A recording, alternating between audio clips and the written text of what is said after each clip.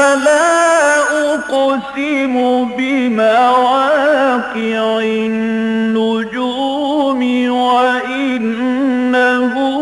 لقسم لو تعلمون عظيم إنه لقرآن كريم في كتاب مكنون لا يمسه إلا المطهرون تنزيل من رب العالمين.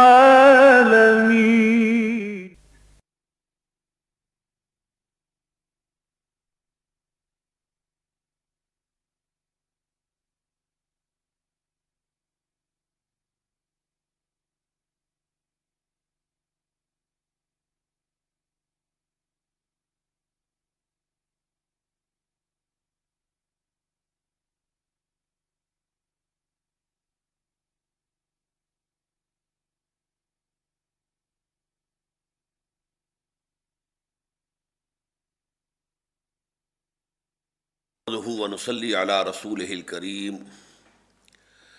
اما بعد فاعوذ باللہ من الشیطان الرجیم بسم اللہ الرحمن الرحیم وآتوا النساء صدقاتهن نحلة فإن تبن لكم عن شيء منه نفسا فكلوه هنيئا مريئا إلى قوله تعالى ان الذين يأكلون اموال اليتامى ظلما انما يأكلون في بطونهم نارا وسيصلون سعيرا صدق الله العظيم رب اشرح لي صدري ويسر لي امري واحلل عقدة من لساني يفقهوا قولي اللهم ربنا الهمنا رشدنا واعذنا من شرور انفسنا اللهم ارنا الحق حقا وارزقنا اتباعه وارنا الباطل باطلا وارزقنا اجتنابه آمین یا رب العالمین۔ یہ ہم دیکھ چکے ہیں کہ قرآن حکیم میں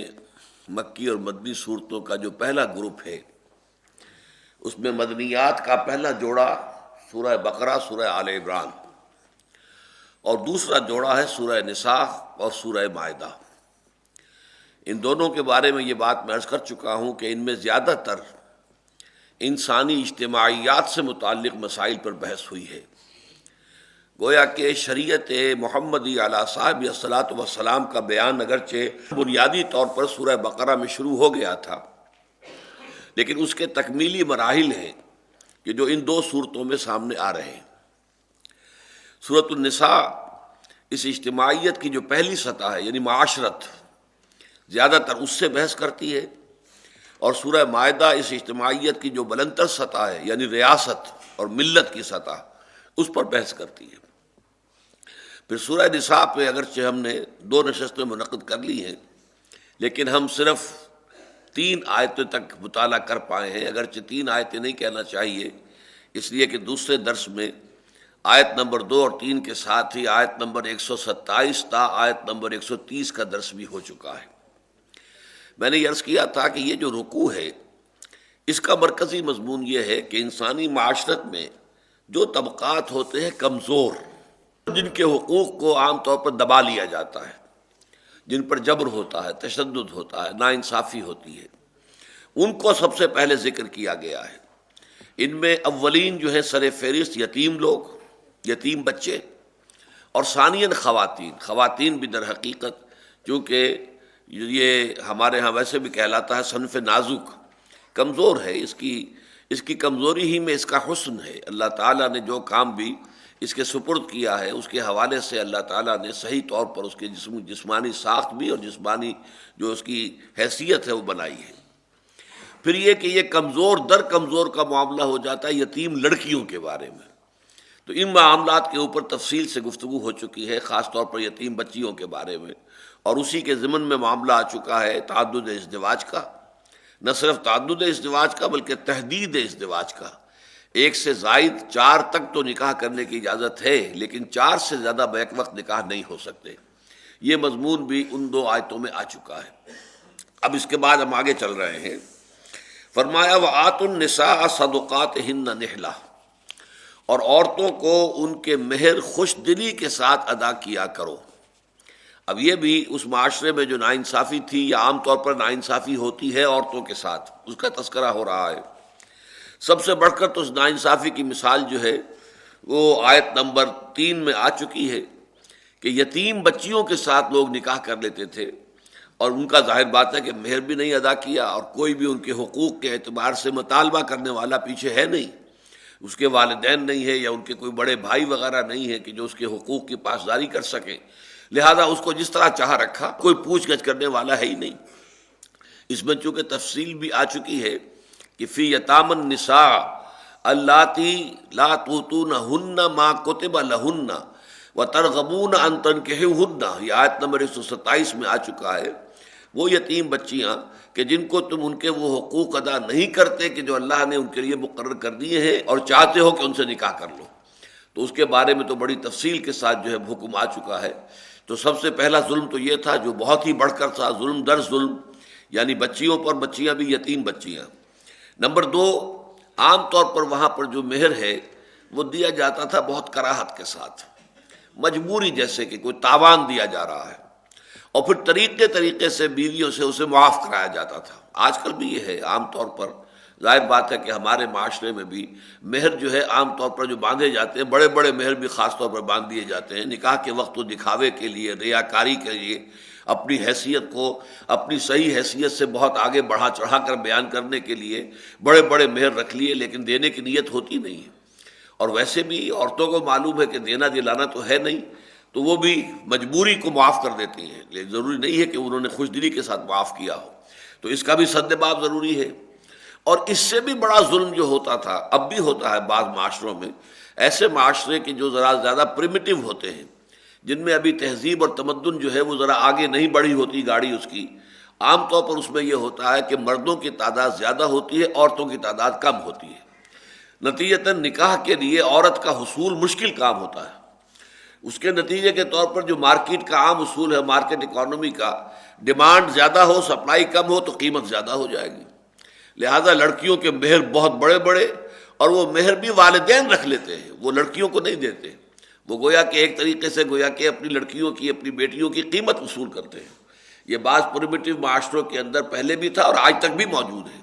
اس لیے کہ ظاہر بات ہے کہ لڑکی کا حصول جو ہے آسان کام نہیں، لڑکیاں کم ہیں، لڑکے زیادہ ہیں، شادی کی طلب کرنے والے زیادہ ہیں،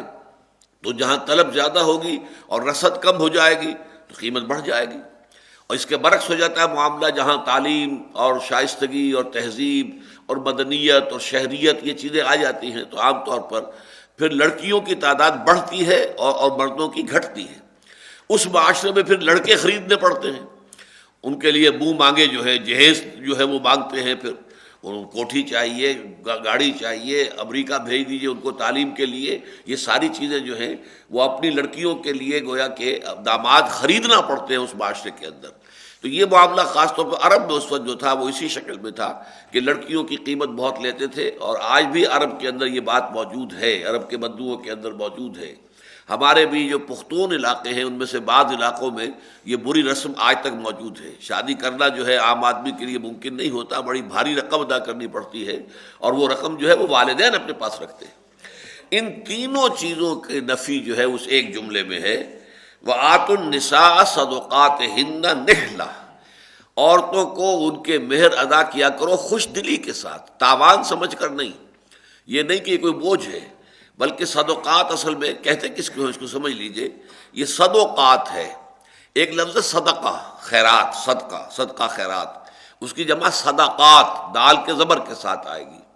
یہ ہے صدقہ، دال پر پیش ہے، یہ صدقہ اور صداق یہ دو الفاظ ہیں، ان کی جمع ہے صدقات۔ وَآتُوا النِّسَاءَ صَدُقَاتِهِنَّ نِحْلَةً، اور یہ اصل میں مہر کہتے ہیں، مادہ ایک ہی ہے، صدق، سچائی۔ جیسے کہ کوئی شخص اگر اللہ کے نام پر خیرات کرتا ہے تو وہ گویا کہ اپنے ایمان کی صداقت کا ثبوت دیتا ہے کہ اللہ کی محبت میں، اللہ کی رضا جوئی کے لیے، اللہ سے اجر طلب کرتے ہوئے وہ اپنا مال کسی کو دے رہا ہے، یہ بھی اس کے ایمان کی سچائی کی علامت ہے۔ اسی طرح جو صداق ہے یا صدقہ ہے، جو مہر ہے، وہ بھی در حقیقت ایک شخص کے حسن طلب اور صدق طلب کی علامت ہے۔ یعنی یوں سمجھیے کہ اگرچہ شادی ضرورت ہے لڑکے کی بھی لڑکی کی بھی، یہ تو مشترک ضرورت ہے، مرد کو بھی ضرورت ہے شادی کی، عورت کو بھی ضرورت ہے شادی کی۔ مرد کی زندگی نامکمل ہے عورت کے بغیر، عورت کی زندگی نامکمل ہے مرد کے بغیر، یہ تو در حقیقت اللہ کا بنایا ہوا نظام ہے۔ تو اس اعتبار سے تو اصولاً دونوں ایک دوسرے کے طالب ہیں، لیکن معاشرت کے اندر اس بات کو بطور علامت مقرر کر دیا گیا کہ لڑکا طالب شمار کیا جائے اور لڑکی مطلوب شمار کی جائے، لہذا طالب کو کچھ نہ کچھ دینا ہوتا ہے، وہ کچھ دیتا ہے، یہ کوئی قیمت نہیں ہے، معاذ اللہ، ظاہر بات ہے کہ یہ قیمت نہیں ہے، بلکہ تھوڑے مہر بھی ہو سکتے ہیں، زیادہ بھی ہو سکتے ہیں، حسب حیثیت ہے معاملہ۔ یہاں تک بھی مہر جو ہے باندھے گئے ہیں کہ کسی صحابی نے نکاح کرنا چاہا، ان کے پاس کچھ بھی نہیں تھا، تو اگر لڑکی اس پر رضامند ہو گئی کہ ٹھیک ہے مجھے اتنا قرآن تم پڑھا دینا، بس ٹھیک ہے میرا مہر ہو جائے گا، یہ بھی ہوا ہے، مہر طے ہوا ہے۔ تو اس طریقے سے مہر علامت ہے در حقیقت کہ یہ طالب ہے، اور اس کے صدق طلب کی علامت یہ کہ وہ مہر ادا کرے۔ تو ظاہر بات ہے کہ اس کے لیے پھر ضرورت ہے اس بات کی کہ مہر جو ہے وہ خوش دلی کے ساتھ ادا کیے جائے، اور کسی جبر سے، کسی دھونس سے، یا کسی بالواسطہ انداز میں دباؤ ڈال کر، پریشرائز کر کے اسے معاف کرایا جائے تو یہ معاف کرانا اللہ تعالیٰ کے ہاں یہ منظور نہیں ہوگا، یہ گویا کہ اس کا غصب شمار ہوگا کہ انہوں نے غصب کیا ہے، وہ غاصب ہیں حقوق کے، عورت کے حق کے، وہ مہر جو ہے ادا کیا جانا چاہیے۔ البتہ یہ کہ ہاں آگے فرما دیا فَإِن تِبْنَ لَكُمْ عَنْ شَيْءٍ مِّنْهُ نَفْسًا، پھر اگر وہ طیب نفس سے، اپنی رضا اور رغبت سے اس میں سے کچھ چھوڑ دیں تمہیں، یا معاف کر دیں، یا اگر لے لیا تھا تو واپس کر دیں، لیکن ہو وہ خوش طبعی کے ساتھ، اپنی دلی آمادگی کے ساتھ، یہ نہ ہو کہ زبردستی ہو، جبر براہ راست بھی ہو سکتا ہے، جبر بالواسطہ بھی ہو سکتا ہے، جبر ظاہری بھی ہو سکتا ہے اور جبر باطنی بھی ہو سکتا ہے، غیر مرئی بھی ہو سکتا ہے، مرئی بھی ہو سکتا ہے، ہر طرح کے جبر کے بغیر نفسد، ایک تو تابہ کا لفظ آیا فَإِن تِبْنَ، اگر وہ اپنی رضا و رغبت کے ساتھ لکم چھوڑ دیں تمہارے لیے اس میں سے عن شیئن کچھ بھی، تھوڑا بہت حصہ چھوڑ دیں، پورا نہیں تو آدھا معاف کر دیا، چوتھائی معاف کر دیا، یا کچھ اور اس میں سے دے دیا، اور یہ جو ہے اس کی اپنی مرضی سے ہو، برضا و رغبت ہو، کوئی اس میں دباؤ نہ ہو، نفسن یہ ان کے اپنے جی کے مطابق ہو، فَكُلُوهُ ہنیًا مَرِیًّا، تو اس کو کھاؤ تم ہنیًا مَرِیًّا، رچتا پچتا، وہ تمہارے لیے باعث فرحت بھی ہو اور باعث قوت بھی ہو۔ یہ ہنیًا مَرِیًّا جو ہے یہ ہمارے ہاں محاورے کے طور پر الفاظ آ گئے ہیں، دونوں یہ اس میں صفت ہے فعیل کے وزن پر، ہنیئن راس آنے والی شے، بہت ہی کہ جو موافق ہو جائے مزاج کے، جس کو ہم کہتے ہیں رچتا پچتا تم کھاؤ، اللہ تعالیٰ تمہیں مبارک کرے اور تمہارے لیے وہ موجب فرحت بھی ہو اور موجب تقویت بھی ہو۔ اگلی آیت وَلَا تُؤْتُوا السُّفَهَاءَ أَمْوَالَكُمُ الَّتِي جَعَلَ لَكُمْ قِيَامًا وَارْزُقُوهُمْ فِيهَا وَاكْسُوهُمْ وَقُولُوا لَهُمْ قَوْلًا مَّعْرُوفًا، اور مت دیا کرو، حوالے کیا کرو نا سمجھوں کو اپنے مال، جن کو کہ اللہ نے بنا دیا ہے تمہارے لیے کا سبب، بقا کا ذریعہ۔ صفی کہتے ہیں ناسمجھ، اگر کوئی بچہ نابالغ ہے، ناسمجھ ہے، اس سے دولت کی قدر و قیمت کا علم نہیں ہے، اگر باپ جو ہے ایسے وقت میں فوت ہو گیا ہے اور بہت کچھ مال چھوڑ گیا ہے کہ بچے میں ابھی وہ سمجھ نہیں ہے، تو کیا ہوگا؟ کوئی خوش آمدی قسم کے، آوارہ قسم کے دوست اس کے ارد گرد آ جائیں گے،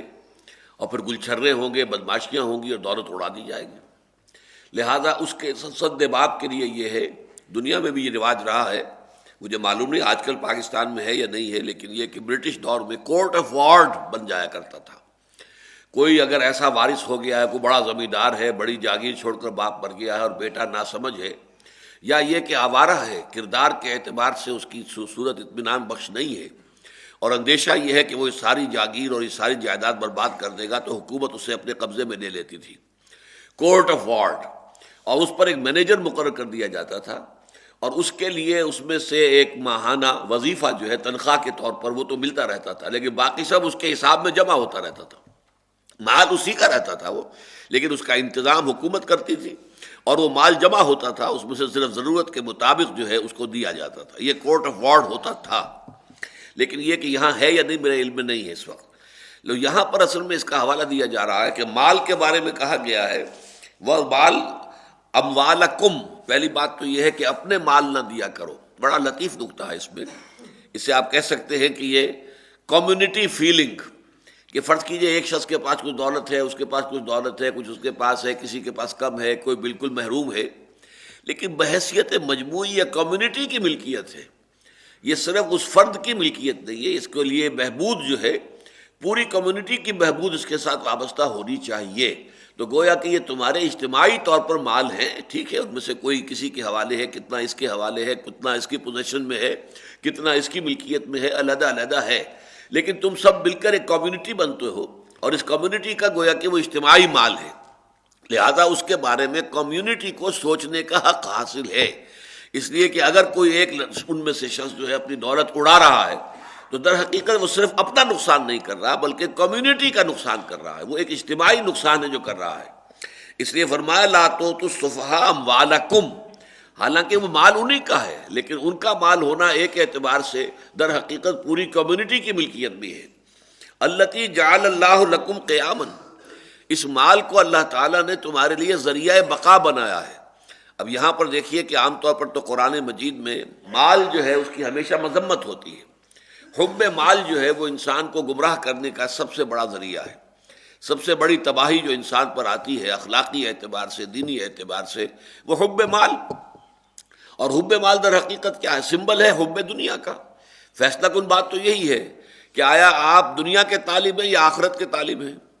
دنیا کے طالب ہیں تو مال محبوب ترین ہوگا،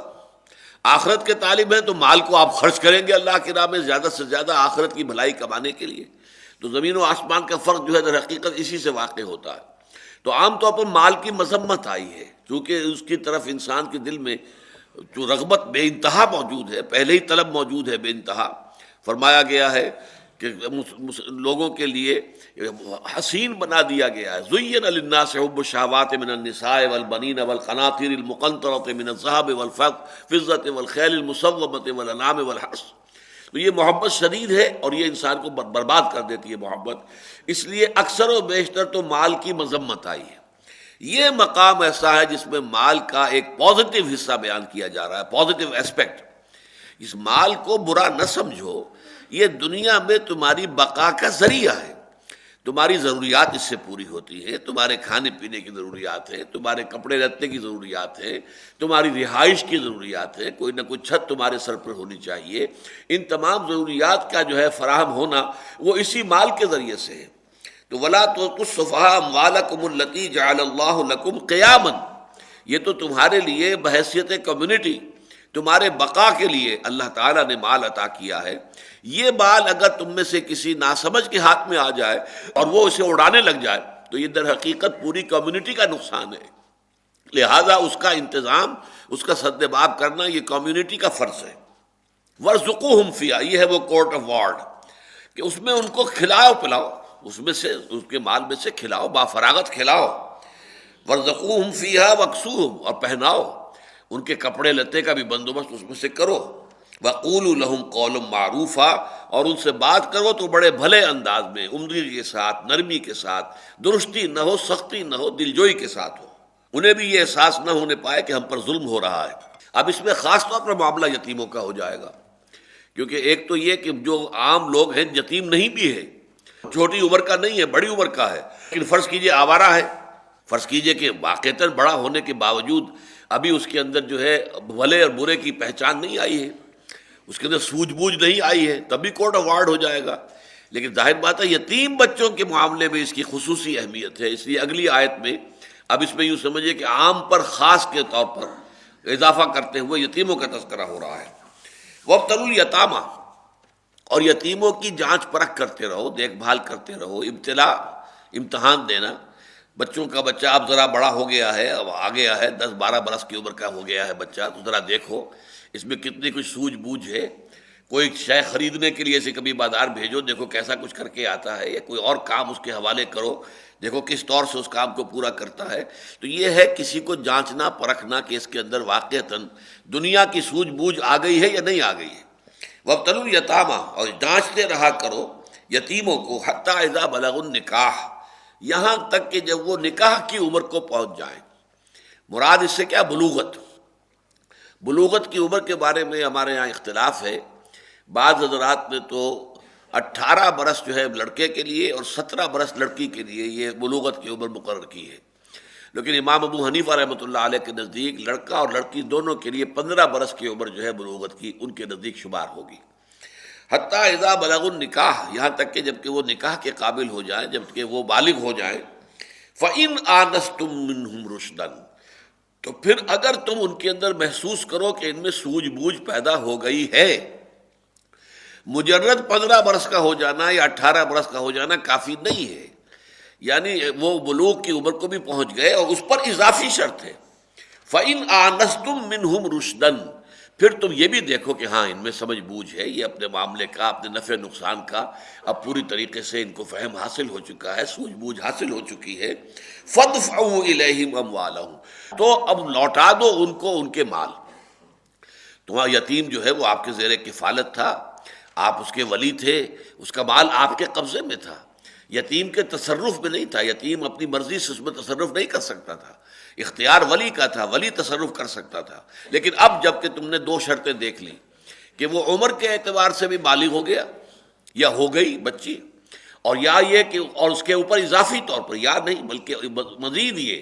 کہ اس کے اندر واقعی سوجھ بوجھ بھی ہے، اب اپنے نفع نقصان کے بھلے برے کی سمجھ پیدا ہو چکی ہے، تو پھر ان کے مال ان کے حوالے کر دو۔ فَادْفَعُوا إِلَيْهِمْ أَمْوَالَهُمْ وَلَا تَأْكُلُوهَا إِسْرَافًا، اور دیکھو کہیں اسے جلدی سے خرچ کر کے ختم کرنے کی کوشش نہ کرو، وَبِدَارًا، اور جلدی سے،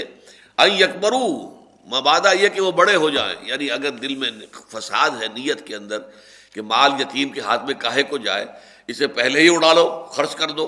اور ختم کر دو، ہڑپ کر لو، لیکن یہ کہ یہ کام ہرگز نہ کرنا۔ یہ تو چونکہ اس سے پہلے بھی اس کی وضاحت آ چکی ہے، تو صرف اہمیت کے اعتبار سے پہلے یہ بھی کہا گیا ہے کہ ایسا بھی نہ کرو کہ اپنی کوئی ردی چیز جو ہے وہ ان کے بال میں جمع کر دو اور ان کی کوئی اچھی اعلیٰ شے جو ہے وہ اپنے ہاں لے آؤ، یہ حساب کتاب کے اندر عدل بدل بھی نہ کرو۔ ولا تتبدلوا الخبیث بالطیب، طیب لے لو ان کا اور اپنا خبیث جو ہے ان کے شام میں شامل کر دو۔ بھیڑیں بکریاں ہیں تو کوئی لاغر سی کمزور سی مریل سی بکری جو ہے وہ اس کے کھاتے میں ڈال دی، اور اچھی تر و تازہ جو ہے اچھی تر و توش والی بکری جو ہے وہ اپنے تعداد میں شمار کر لی۔ ایسی حرکتیں نہ کرو، اور نہ یہ کہ جلدی سے ہڑپ کرنے کی کوشش کرو، اس لیے کہ ان یکبروا کہ وہ بڑے ہو جائیں۔ اگر بڑے ہو جائیں گے تو ظاہر بات ہے وہ مطالبہ کریں گے اور ہمیں پھر ان کے مال ان کے حوالے کرنے پڑیں گے، تو اس سے پہلے پہلے تیا پانچا کر دیا جائے، معاذ اللہ ثم معاذ اللہ۔ ومن کان غنیا فلیستعفف ومن کان فقیرا فلیأکل بالمعروف۔ اب ایک مسئلہ پیدا ہوتا ہے کہ یتیم کا ولی جو ہے، ظاہر بات ہے کہ یتیم کی نگہداشت کر رہا ہے، دیکھ بھال کر رہا ہے، پال رہا ہے۔ اب والدین کا معاملہ تو یہ ہوتا ہے کہ وہ تو اپنی فطری محبت کے تحت اپنے بچوں کو پالتے ہیں، یہاں پر وہ فطری محبت تو نہیں ہے، یہاں ایک احساس فرض تو ہے کہ یہ بچہ میری تولیت میں آ گیا ہے، میری اب یہ کفالت میں ہے، تو میں اس کے لیے اس کے بھلے برے کا خیال رکھوں، اس کے مال کی۔ اس ضمن میں آیا کوئی حق محنت انسان لے سکتا ہے یا نہیں؟ تو فرمایا گیا کہ من کان غنیا فلیستعفف، کوئی شخص اپنی جگہ پر خود جو ہے غنی ہے، اس کے پاس اپنے گزارے کے لیے پیسہ موجود ہے، اس کے پاس مال ہے، اس کی کفالت کا اپنا بندوبست ہے، تو اسے اس کے اندر استعفاف سے کام لینا چاہیے، بچنا چاہیے۔ یتیم کے مال میں سے کچھ بھی لینا، کچھ بھی اپنے تصرف میں لانا اس کے لیے جائز نہیں ہوگا۔ ومن کان فقیرا، البتہ اگر کوئی فقیر ہے، اگر کوئی جو ہے خود حاجت مند ہے، خود اس کے پاس جو ہے وہ اپنے گزارے کے لیے بھی وقت نہیں موجود ہے، اب ظاہر بات ہے کہ وہ یہی وقت صرف کرتا تو وہ کچھ کمائی کرتا، وہی وقت وہ صرف کر رہا ہے یتیم کی دیکھ بھال میں، تو اس کا کچھ حق بن جاتا ہے کہ لے لے، لیکن فلیاکل بالمعروف، تو وہ کھائے لیکن معروف طریقے سے، جتنا کہ جائز محسوس ہو۔ اب اس میں کوئی ہارڈ اینڈ فاسٹ رولز نہیں مقرر کیے جا سکتے، لیکن یہ ظاہر بات ہے کہ قانون چاہے کوئی ہو، اسلامی ہو غیر اسلامی ہو، سیکولر لا ہو یا ڈیوائن لا ہو، لا کے اندر ظاہر بات ہے کہ رکھنے موجود رہیں گے ہمیشہ۔ قانون کو ایکسپلائٹ کیا جا سکتا ہے، مرد کو حق دیا گیا طلاق دینے کا، بلا وجہ بغیر کسی سبب کے طلاق دے دے، اللہ کے ہاں سخت پکڑ ہو جائے گی۔ ہاں اگرچہ اختیار تو تھا، جواز تھا، لیکن یہ کہ اللہ تعالیٰ کے ہاں پکڑ ہو جائے گی کہ تم نے کسی کو، اللہ کی بندی کو طلاق دی، کس وجہ سے دی، کیا سبب تھا؟ کوئی سبب اگر واقعی تھا تو ٹھیک ہے، تمہیں حق حاصل ہے، اور نہیں تو خام خواہ اس کی زندگی کے اندر جو ہے اتنا بڑا حادثہ، عورت کی زندگی میں تو یہ حادثہ ہے، بہت بڑا حادثہ ہے۔ اس حوالے سے قانون اپنی جگہ ہے، لیکن قانون کو کھیل بنا لینا اور قانون کو جو ہے موم کی ناک بنا کر جدھر چاہنا اپنی مرضی، اپنے مفاد، اپنی مصلحت کے مطابق موڑ دینا، یہ در حقیقت اللہ کو بہت ناپسند ہے۔ تو معروف طریقے پر، بھلے طریقے پر، جس کو عام فطرت انسانی بھی مانے کہ ہاں اس حد تک کھانا جو ہے اور حصہ اس سے فائدہ اٹھا لینا یتیم کے مال سے وہ جائز ہے، تو اس کے مطابق وہ اس میں سے استعمال کر سکتے ہیں۔ فَإِذَا دَفَعْتُمْ إِلَيْهِمْ أَمْوَالَهُمْ، اور جب تم ان کو حوالے کرو ان کے مال، فَأَشْهِدُوا عَلَيْهِمْ، تو پھر ان پر گواہ بنا لیا کرو۔ یہ قرآن مجید میں جو لین دین کے معاملات ہیں ان میں جس طریقے سے کہ ہم سورہ بقرہ میں طویل ترین آیت جو آئی، آیت الدین، قرآن مجید کی طویل ترین آیت، کہ جب بھی کوئی اذا تداینتم بدین الی اجل مسلم فاکتبوہ، اگر کوئی ایسا معاملہ ہو رہا ہے، مستقبل کی خرید و فروخت کا معاملہ ہو رہا ہے، ادھار کی خرید و فروخت کا معاملہ ہو رہا ہے، تو اسے لکھو۔ یہ لکھنا فرض ہے، واجب ہے، اور نہ صرف لکھو بلکہ اس پر دو تم میں سے جو مرد اگر ہیں تو دو، اور اگر ایک مرد ہے تو دو ساتھ عورتیں، یہ گواہ ہونے ان کے اوپر لازم ہے، گواہی بھی ہو اور لکھت پڑھت بھی ہو۔ تو یہاں بھی فرمایا گیا کہ ان کو جب مال ان کے حوالے کرو تو پھر گواہ اس کے اوپر کر لو۔ فَإِذَا دَفَعْتُمْ إِلَيْهِمْ أَمْوَالَهُمْ فَاشْهَدُوا عَلَيْهِمْ وَكَفَىٰ بِاللَّهِ حَسِيبًا، باقی اللہ تعالیٰ کافی ہے حساب لینے کے لیے۔ یعنی یہ بھی ہو سکتا ہے کہ آدمی قانون کی پوری خانہ پوری کر دے لیکن بیچ میں ڈنڈی مار گیا ہو، بیچ میں کوئی اس نے خباثت کی ہو، کوئی غلط کام کیا ہو، کوئی ظلم کیا ہو، کوئی ہڑپ کیا ہو، یہ عین ممکن ہے، اگرچہ قانون کے کھاتے پورے ہیں، گواہیاں بھی پوری دے دی گئی ہیں، یہ سب کچھ ہو گیا ہے اور بڑے ڈنکے کی چوٹ معاملہ کیا گیا ہے، بظاہر ابو ڈاؤٹ ہے، لیکن یہ کہ اندر خانے ہو سکتا ہے کہ کوئی چال بازی ہو۔ تو اگر یہ بات ہے تو اللہ کافی ہے حساب لینے کے لیے۔ یہ معاملہ صرف دنیا کا تو ہے نہیں، معاملہ تو اصل میں کیا ہے کہ اصل زندگی تو آخرت کی زندگی ہے، اور وہاں جا کر وہ سارے لینے کے دینے پڑ جائیں گے۔ للرجال نصیب مما ترک الوالدان والاقربون وللنساء نصیب مما ترک الوالدان والاقربون مما قل منه او کثر نصیبا مفروضا۔ یہ بڑی عظیم آیت ہے قرآن مجید کی، اور اس کا اگلا رکوع جو ہے سورہ نساء کا پورا اس آیت ہی کی شرح پر ہے۔ یہ گویا کہ اس کا مقدمہ ہے، بہت اہم دیباچہ ہے۔ فرمایا مردوں کے لیے بھی للرجال نصیب، حصہ ہے اس میں سے، مما ترک الوالدان، اس میں سے جو ترکہ چھوڑا ہو، جو وراثت چھوڑی ہو والدین نے، ماں باپ نے، والاقربون، اور بہت قرابت دار والوں نے، اقرب جو بہت قریب والے ہیں، وللنساء نصیب، اسی طرح عورتوں کے لیے بھی حصہ ہے، مما ترک الوالدان والاقربون، اس میں سے کہ جو ترکہ چھوڑا ہو، جو وراثت چھوڑی ہو والدین نے، ماں باپ نے یا قرابت داروں نے۔ اس میں جو زور ہے، ایمفیسس ہے، وہ در حقیقت نساء پر ہے، اس لیے کہ اس معاشرے میں اس کے اعتبار سے یہ بڑی انقلابی اصلاح تھی۔ عورت تو سرے سے حقدار تھی ہی نہیں۔ ویسے تو ان کے ہاں ظلم پر ظلم یہ تھا کہ نہ صرف یہ کہ عورتیں تو گویا کہ ایک یعنی وہ تو جنس ہی خارج ہے، ماں ہو، بیٹی ہو، بہن ہو، کسی کا کوئی حصہ، کسی بھی عورت کا کسی حیثیت میں کوئی حصہ وراثت میں نہیں۔ مردوں میں سے صرف بیٹے وارث ہیں، بیٹوں میں سے بھی صرف وہ جو گھوڑے پر سواری کر سکتا ہو، یعنی جوان ہو۔ بچے جو ہیں جو دفاع نہیں کر سکتے، جو لڑ نہیں سکتے، قبائلی زندگی میں تو اصل بات جو ہوتی تھی طاقتور جو ہے، جو دفاع کر سکتا ہو، میدان میں آ کے جنگ کر سکتا ہو، لوگوں سے مقابلہ کر سکتا ہو، وہ وارث ہوتے تھے، چھوٹے بچے بھی وارث نہیں۔ اب یہ جو ہے وراثت کا جو تصور ان کے ہاں تھا، اور ان میں سے بھی بڑوں میں سے بھی جو طاقتور ہوتا تھا وہ سارا کا سارا وَتَأْكُلُونَ التُّرَاثَ أَكْلًا لَمًّا، تو ساری کی ساری وراثت سمیٹ کر ہڑپ کر جانا چاہتے ہو، یہ ان کے اندر ٹینڈنسی تھی۔ اب اس میں جو انقلاب لایا جا رہا ہے، پہلے تو یہ کہ آگے چل کر تو آئے گا بیٹے کا بھی حصہ، بیٹی کا بھی حصہ، بیوی کا بھی حصہ، شوہر کا بھی حصہ، ماں کا بھی حصہ، باپ کا بھی حصہ، وہ تو بعد میں آئے گا۔ لیکن یہ ہے کہ ایک اصول کے اعتبار سے، یہ گرینڈ پرنسپل کے اعتبار سے مین جو اصول ہے، للرجال نصیب مما ترک الوالدان والاقربون۔ اچھا، عام طور پہ سمجھا جاتا ہے کہ وراثت صرف والدین کی ہوتی، نہیں۔ اگر فرض کیجئے کہ ایک شخص فوت ہوا ہے اور اس کے والدین زندہ ہیں، یا والد زندہ ہے صرف، یا والدہ، اس کا بھی حصہ ہے۔ اب وہ والدین تو نہیں، اپنی اولاد کے تو وہ والد خود ہیں، لیکن یہ کہ یہ گویا کہ بیٹا بیٹی کی ترکے میں سے بھی حصہ ہے، لیکن اقربون جو بہت قریب ہوں گے، باقی دور کے لوگوں سے۔ بھائی جو ہے وہ حصے دار نہیں بنتا. یہ بعد میں جب انشاءاللہ اگلا جو ہمارا درس ہوگا وہ پورا قرآن کے قانون وراثت کے موضوع پر ہوگا، اور اس میں اگرچہ آیتیں تو صرف 4 ہیں، ان میں سے بھی زیادہ جو یہ سمجھیے کہ 2-2.5 آیتیں ہیں، لیکن یہ کہا گیا ہے کہ دنیا میں ان 2-2.5 آیتوں سے پورا ایک مفصل قانون وراثت کے اوپر کتاب جو ہے اس کو مرتب کیا جا سکتا ہے. یہ بہت ہی جامع آیات ہیں. لیکن یہاں چونکہ یہ صرف ابھی اس کا مقدمہ ہے کہ یہ وراثت صرف والدین ہی سے نہیں ہوتی بلکہ برعکس بھی جائے گی. ایک شخص فوت ہو گیا ہے، اس کے والدین زندہ ہیں تو والدین کو بھی وراثت جائے گی.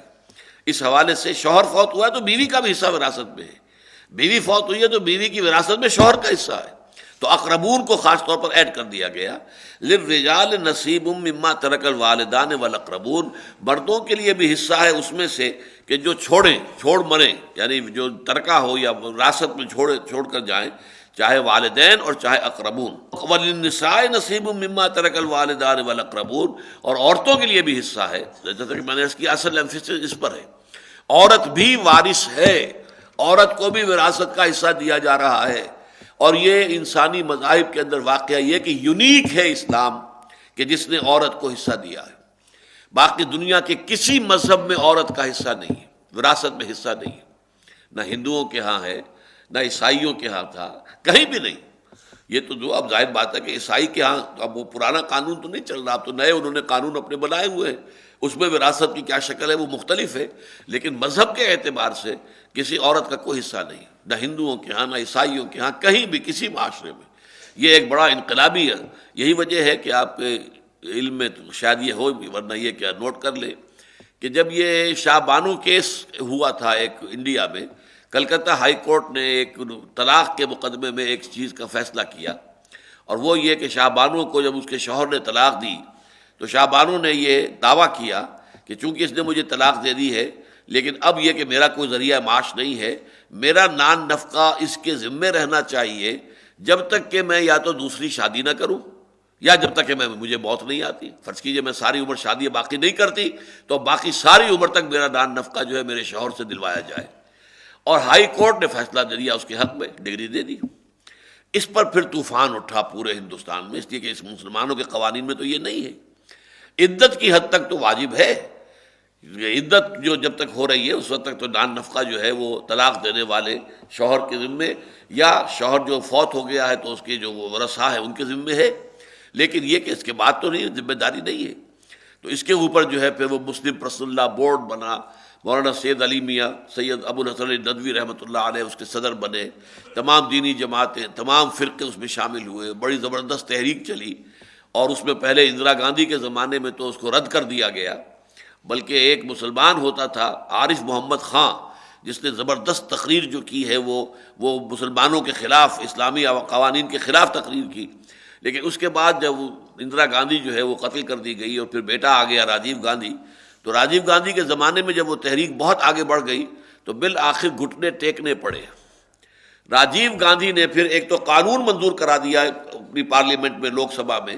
کہ مسلمانوں کے آئلی قوانین میں ہندوستان کی کوئی عدالت دخل نہیں دے سکتی بشمول سپریم کورٹ آف انڈیا.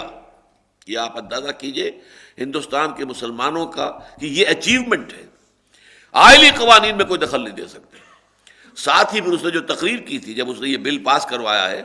تو جو تقریر کی تھی اس میں اس نے کہا کہ میں نے تو اس سے پہلے مطالعہ نہیں کیا تھا لیکن اب میں نے مطالعہ کیا ہے، کمپیریٹو اسٹڈی کی ہے، تو میں اس نتیجے پر پہنچا ہوں کہ عورتوں کو جتنے حقوق اسلام نے دیے ہیں دنیا کے کسی مذہب نے نہیں دیے. یہ ریکارڈ میں موجود ہے، انڈین پارلیمنٹ کی پروسیڈنگز کے اندر اس کی تقریر موجود ہے. مولانا علی میاں نے وہ اپنی ایک کتاب لکھی تھی جس میں کہ انہوں نے اپنے اس طرح کے یادداشتیں جو ہے مرتب کی ہوئی ہیں، تو اس کے اندر انہوں نے تفصیل سے اس تقریر کا حوالہ دیا. انہوں نے کہا کہ ہم نے تو دیکھا نہیں تھا کبھی،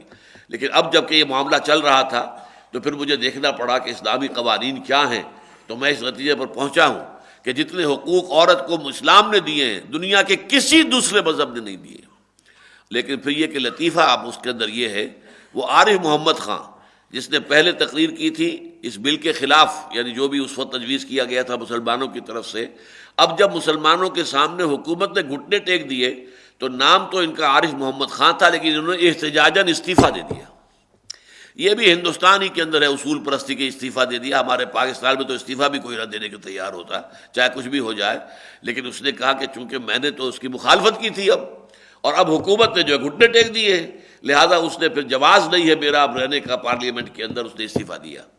بہرحال یہ نوٹ کر لیجئے کہ یہ تاریخ انسانی کے اندر ایک بڑا انقلابی اقدام ہے کہ عورتوں کو بھی وراثت میں حصے دار بنایا گیا. للرجال نصیب مما ترک الوالدان والاقربون وللنساء نصیب مما ترک الوالدان والاقربون مما قل منہ او کثر. اب ذرا تاکید دیکھیے یہاں، چاہے وہ کم ہو چاہے زیادہ ہو، یعنی اس کے اندر کمپلیسنس جو ہے اس کی اجازت نہیں ہے. چلو یہ تھوڑا سی وراثت ہے، اس کو کیا حصے بکھرے کریں، نہیں. قل منہ او کثر، وراثت تھوڑی ہو زیادہ ہو تقسیم ہونی چاہیے. قرآن مجید کا ایمفیسس نوٹ کیجئے. وراثت کے قانون پر آگے چل کر بھی بار بار آئے گا. اسی ایک آیت میں دو اعتبارات سے ایمفیسائز کیا جا رہا ہے. نمبر ایک، مما قل منہ او کثر، چاہے وہ تھوڑی ہو وراثت اور چاہے زیادہ ہو. نصیبا مفروضا، اور یہ حصے وہ ہیں جو فرض کر دیے گئے اللہ تعالیٰ کی طرف سے. یہ ہے زور. اور پھر ہماری سینہ زوری دیکھیے کہ ہمارے زمیندار جو ہیں، پنجاب کے مسلمان زمیندار، انگریز کی عدالت میں کھڑے ہو کر کہتے تھے کہ ہم اسلامی وراثت کے مطابق حصہ دینے کو تیار نہیں ہیں، رواج کا قانون چاہیے ہمیں. رواج میں لڑکی کے لیے حصہ ہے ہی نہیں. رواج تو ہمارا ہندوؤں والا چلا آ رہا تھا، رواج تو سارا جو ہے ہندوانہ پس منظر کا ہمارا چلا آ رہا تھا. لیکن رواج کا حکم چاہیے ہمیں فیصلہ قرآن کا نہیں چاہیے. اور قرآن مجید کس قدر شد و بد کے ساتھ کہہ رہا ہے، نصیبا مفروضا، فرض ہے یہ حصے جو ہیں طے کر دیے گئے ہیں، معین کر دیے گئے ہیں اور فرض کر دیے گئے. لفظ فرض. وَإِذَا حَضَرَ الْقِسْمَةَ أُولُو الْقُرْبَى، اب یہ جیسا کہ میں نے عرض کیا، یہ آیت تو در حقیقت مقدمہ ہے، دیباچہ ہے. اصل میں تو اگلی نشست میں جو تفصیل کے ساتھ آئے گا قانون وراثت، اور پھر اس میں بار بار جو ہے فریضۃ من اللہ، یہ اللہ کی طرف سے فریضہ ہے، لازم ہے، فرض کیا گیا ہے. اس انداز میں مختلف طریقوں سے اس کو ایمفیسائز کیا گیا ہے. وصیۃ من اللہ، تلک حدود اللہ، یہ اللہ کی وصیت ہے، یہ اللہ کے حدود ہیں. اس طریقے سے ایمفیسائز کیا گیا ہے. اس قدر ایمفیسس آپ کو قرآن مجید میں کسی دوسرے قانون پر نہیں ملے گا. اس قدر تکرار کے ساتھ، اعادے کے ساتھ، اس قدر شد و بد کے ساتھ ایمفیسس. وَإِذَا حَضَرَ الْقِسْمَةَ أُولُو الْقُرْبَى، اور جب حاضر ہو جائیں، موجود ہو جائیں تقسیم وراثت کے وقت قرابت دار والیتامى والمساکین، اور کچھ یتیم اور کچھ مسکین. اب ظاہر بات ہے کہیں فوتیدگی ہو گئی ہے، اس کے بعد اس کا مال جو ہے تقسیم ہو رہا ہے، ادھر ادھر بھنک پڑ گئی ہے، کوئی غربا آ کے کھڑے ہو گئے، دیکھیں کچھ صرف تماش بین کی حیثیت سے آئے ہیں، کچھ ظاہر بات ہے دل میں لالچ کا بھی اندازہ ہوتا ہے کہ شاید ہمیں بھی کچھ، اور گل پھینکے اوروں کی طرف بلکہ ثمر بھی، اے خاص اور انداز چمن کچھ تو ادھر بھی، شاید کچھ ہمیں بھی مل جائے. تو اس کے بارے میں اب یہ حکم دیا جائے اس معاشرے کی عام سطح جو تھی اس کے اعتبار سے. وَإِذَا حَضَرَ الْقِسْمَةَ أُولُو الْقُرْبَى، قرابت دار بھی ہو سکتے ہیں، دور کے ہو سکتے ہیں. اب یہ میں بعد میں اصل میں تو اگلے درس میں آئے گا کہ اسلام میں اصل وارث جو ہیں وہ صرف 4 ہیں. اصل وارث ایک وہ جسے جڑ کہتے ہیں، والدین، یہ اوپر ہو گئے. ایک فرع، شاخیں، اولاد یعنی بیٹا اور بیٹی. ایک شوہر اور بیوی، شوہر کی وارث بیوی ہے، بیوی کا وارث شوہر ہے. بھائی بہن اصل وارث نہیں ہے، یہ اولو القربہ میں سے آئیں گے. اگر کسی شخص کے اس پہلے دائرے میں کوئی نہیں ہے، کوئی شخص فوت ہوا ہے، نہ اس کے والدین زندہ ہیں، نہ اس کا کوئی بیٹا بیٹی ہے، نہ اس کی بیوی، نہ اس کا شوہر، تو پھر یہ بہن بھائیوں میں جائے گی بات. وہ سیکنڈ سرکل ہے. پہلے سرکل میں اگر کوئی موجود ہے تو پھر نہیں جائے گا. یہ نوٹ کر لیجیے اس بات کو. تو اولو القربہ قرابت دار، کچھ قرابت دار لوگ بھی آ گئے، بھائی بھی. اب بھائی تو اپنے آپ کو بہت قریب سمجھے گا نا. ظاہر بات ہے کہ خاص طور پہ اس قبائلی معاشرے میں بھائی جو ہے، یوم یفر المرء من اخیہ، سب سے پہلے جو ذکر ہوا ہے وہ بھائی کا ہوا ہے. وہ دن جس دن کے انسان بھاگے گا اپنے بھائی سے،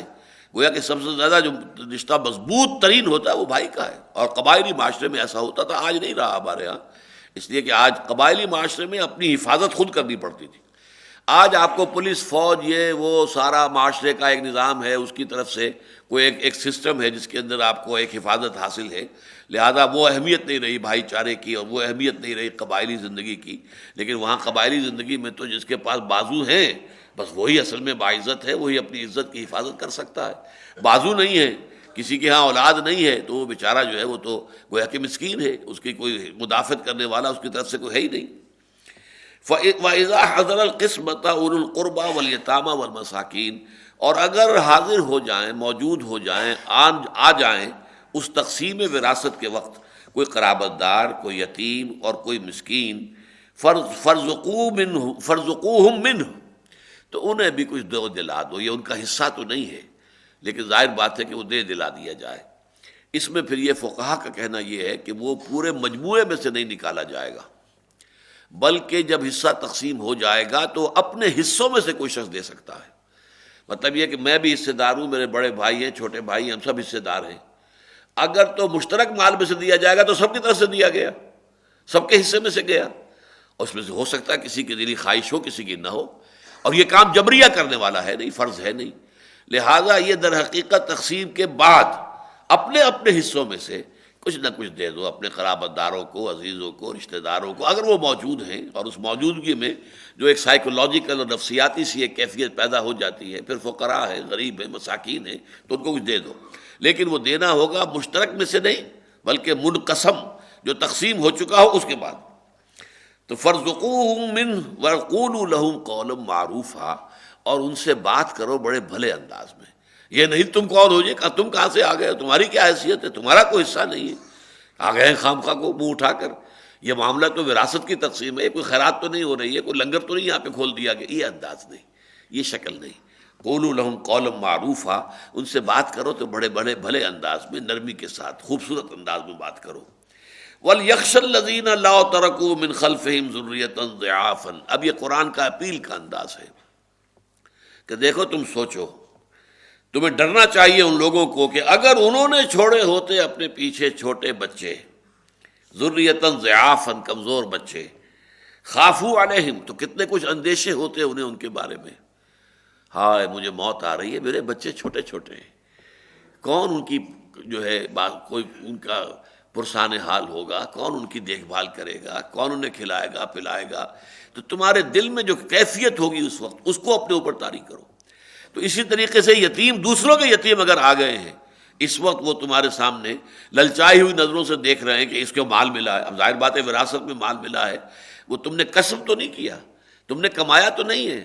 تم نے محنت تو نہیں کی ہے، وہ تو جگہ اللہ تعالیٰ نے چھپر پھاڑ کر تمہیں دے دیا. وہ تمہارے آباء و اجداد کی کمائی تھی یا کوئی آبائی جاگیر تھی جو چلی آ رہی تھی، وہ جائیداد تھی، اس میں سے تمہیں مل گیا ہے. یہ تمہارا کسب نہیں ہے، یہ اللہ تعالیٰ کی طرف سے تمہیں فضل حاصل ہو گیا ہے. اب اگر اسے کچھ یتیم بچے، کچھ مساکین جو ہے وہ اگر للچائی ہوئی نگاہوں سے دیکھ رہے ہیں کہ شاید کہ یہ اللہ کے فضل میں سے کچھ ہمیں بھی عطا کر دیں، تو ان کے بارے میں تمہاری فیلنگ ہاسٹائل نہیں ہونی چاہیے، اس میں تلخی کا ایلیمنٹ نہیں ہونا چاہیے. وَلْيَخْشَ الَّذِينَ لَوْ تَرَكُوا مِنْ خَلْفِهِمْ ذُرِّيَّةً ضِعَافًا، اور ڈریں وہ لوگ کہ اگر وہ چھوڑ گئے ہوتے اپنے پیچھے یا چھوڑ رہے ہوتے اپنے پیچھے چھوٹی اولاد، خافوا علیہم، تو کتنے کچھ اندیشے، کتنے کچھ خیالات ہوتے کہ ان بچوں کا کون پرسان حال ہوگا، کون ان کی دیکھ بھال کرے گا. فَلْيَتَّقُوا اللَّهَ، تو چاہیے کہ وہ اللہ کا تقوی اختیار کرے. اور اللہ کا تقوی ہی اصل میں، جیسا کہ میں اس سے پہلے عرض کر چکا ہوں، قانون بہترین ہو، چاہے ڈیوائن ہے، ڈیوائن لا، لیکن اسے آپ تماشا بنا سکتے ہیں. اس کو بازی کا جو ہے بازی واریش بابا ہم بازی، اللہ کے قانون کے ساتھ بھی کھیلا جا سکتا ہے. مثلا جیسے کہ ایک قانون جو ہے اسلامی شریعت میں زکوٰۃ کے لیے ہولان ہول، آپ پر 1 سال جو ہے اس مال کی ملکیت آپ کے اندر رہی ہو، آپ کی ملکیت میں وہ مال رہا ہو سال بھر، تو زکوٰۃ واجب ہوتی ہے. اب سنا ہے بہت بڑے عالم تھے اکبری عہد کے، جلال الدین اکبر کے دور کے 9 رتنوں میں سے ایک کا معاملہ ہے، ابو الفضل یا فیضی میں سے کسی ایک کا، مجھے تعین کے ساتھ یاد نہیں ہے. 11 مہینے ہونے کے بعد وہ اپنی ساری دولت بیوی کے نام منتقل کر دیتے تھے. اب زکوٰۃ تو مجھ پر نہیں ہے، میری ملکیت میں تو نہیں ہے،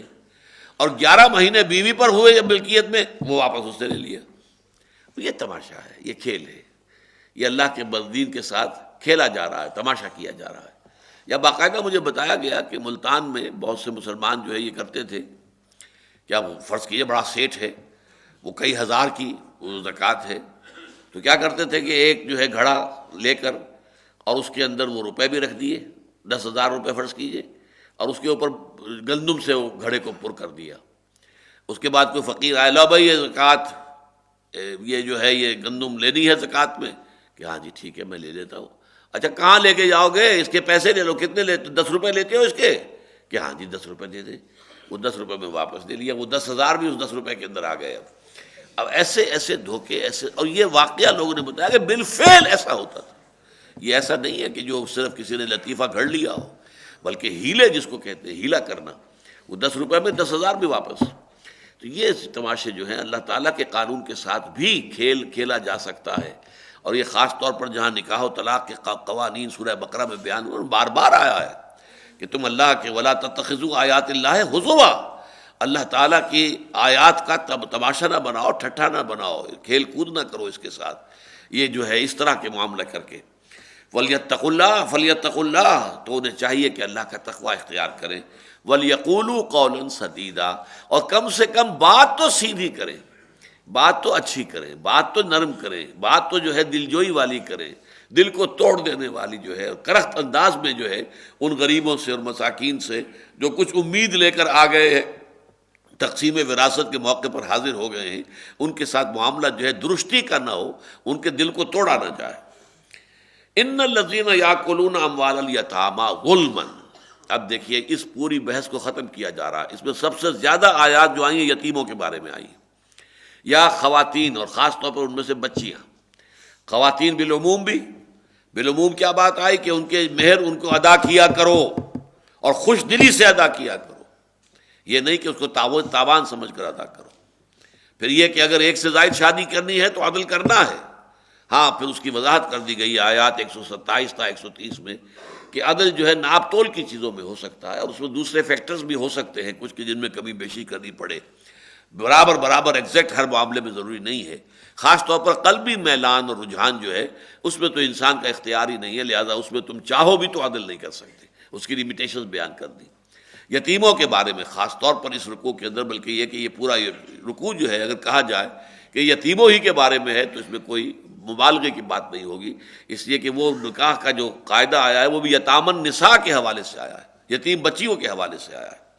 لہذا اب اس کو کلوز کیا جا رہا ہے اس پوری بحث کو۔ ان الذین یاکلون اموال الیتامی ظلما، بے شک وہ لوگ جو یتیموں کا مال ہڑپ کرتے ہیں، کھا جاتے ہیں ظلم کے ساتھ، ناانصافی کے ساتھ۔ اس میں کیوں اضافہ کیا ظلمن؟ اس لیے کہ کچھ تھوڑا سا کھانے کی اجازت تو شریعت نے دے دی ہے۔ اگر ولی جو ہے غریب ہے اور وہ خود فقیر ہے تو وہ اس میں سے کچھ کھا سکتا ہے، اپنا جو ہے کچھ حق محنت وصول کر سکتا ہے، لیکن وہ بھی معروف، وہ بھی واقعتاً کسی حساب کتاب میں آنے والی بات ہو، یہ نہیں کہ وہ پورا مال ہڑپ کر جائے اسی میں کہ میں نے محنت کی ہے، نہیں، اس کو کسی ایک معقول طریقے سے اور معروف انداز میں کچھ کھانے کا حق حاصل ہے، لہٰذا اس کے استثناء کی وجہ سے ظلمن کا اضافہ کر دیا گیا۔ جو لوگ بھی ظالمانہ طریقے پر ناحق طور پر یتیم کا مال ہڑپ کرتے ہیں، انما یاکلون فی بطونہم نارا، حقیقت میں وہ اپنے پیٹوں میں بھر رہے ہیں آگ، اگرچہ یہ آگ نظر نہیں آ رہی۔ اس میں مفسرین نے بڑی بحثیں کی ہیں کہ قیامت کے دن اصل میں ان افعال اور اعمال کی اصل حقیقت ظاہر ہو جائے گی۔ اس وقت جو صورتحال ہے وہ شوگر کوٹڈ ہے، انگارہ ہے، انگارے کے اوپر کوئی ایسی کوٹنگ دے رکھی ہے کہ جو انسولیٹ کر رہی ہے اسے آپ ہڑپ کر جائیں، اسے منہ میں رکھیں، اسے آپ نگل جائیں تو اس کا آگ کا اثر ظاہر نہیں ہوگا، لیکن کچھ دیر کے بعد تو وہ کوٹنگ اوپر کی پگھلے گی تو اندر سے جو انگارہ نکلے گا وہ آپ کی آنکھ کو جلا دے گا۔ اسی طریقے سے جو مال ہڑپ کر رہے ہیں یتیموں کے، چاہے نظر نہیں آ رہا ہے کہ یہ انگارہ ہے، کچھ بھی نہیں، کھا رہے ہیں اور کچھ کوئی تکلیف نہیں ہو رہی، پیٹ میں مروڑ تک نہیں اٹھ رہا، زبان پر چھالا تک نہیں آ رہا، کچھ نہیں ہو رہا، لیکن حقیقت میں یہ آگ ہے۔ چنانچہ آتا بھی ہے کہ حضور کو جو مشاہدات کرائے گئے جو شب معراج میں، تو آپ نے دیکھا بعض لوگوں کو کہ کچھ وہ لوگ ہیں کہ جن کے پیٹوں کے اندر سے، منہ سے، ناک سے آگ کی لپٹ نکل رہی ہے، تو پوچھا حضور نے کہ یہ کون لوگ ہیں؟ تو ان کو بتایا گیا کہ یہ وہ لوگ ہیں جنہوں نے یتیموں کا مال ہڑپ کیا تھا، ان کے پیٹوں میں وہ آگ بھڑک رہی ہے، وہ انگارے جو ہیں وہ سلگ رہے ہیں، اور اسی کے اثرات جو ہیں یہ ان کے سانس کے ساتھ اور ان کے منہ سے یہ چیزیں نکل رہی ہیں۔ تو یہ آگ ہے در حقیقت کہ جو وہ اپنے پیٹوں میں بھرتے ہیں. وَسَيَصْلَوْنَ سَعِيرًا، اور یہاں تو پھر یہ کہ ایک تو اندرونی آگ ہوگی جہنم کی کے اندر جو ڈالے جائیں گے، تو ایک تو اپنے پیٹوں کے اندر